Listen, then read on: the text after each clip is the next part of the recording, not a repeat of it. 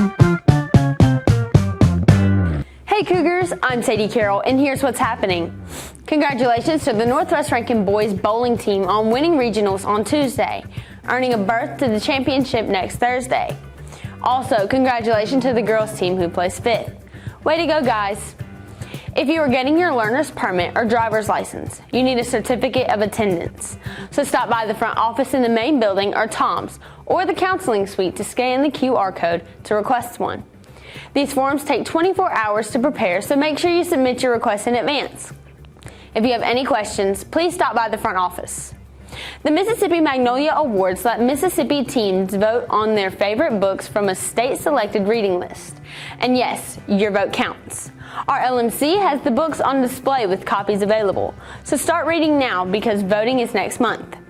And finally, the Northwest Rankin cheerleaders are gearing up for nationals and want to show you what they've been up to.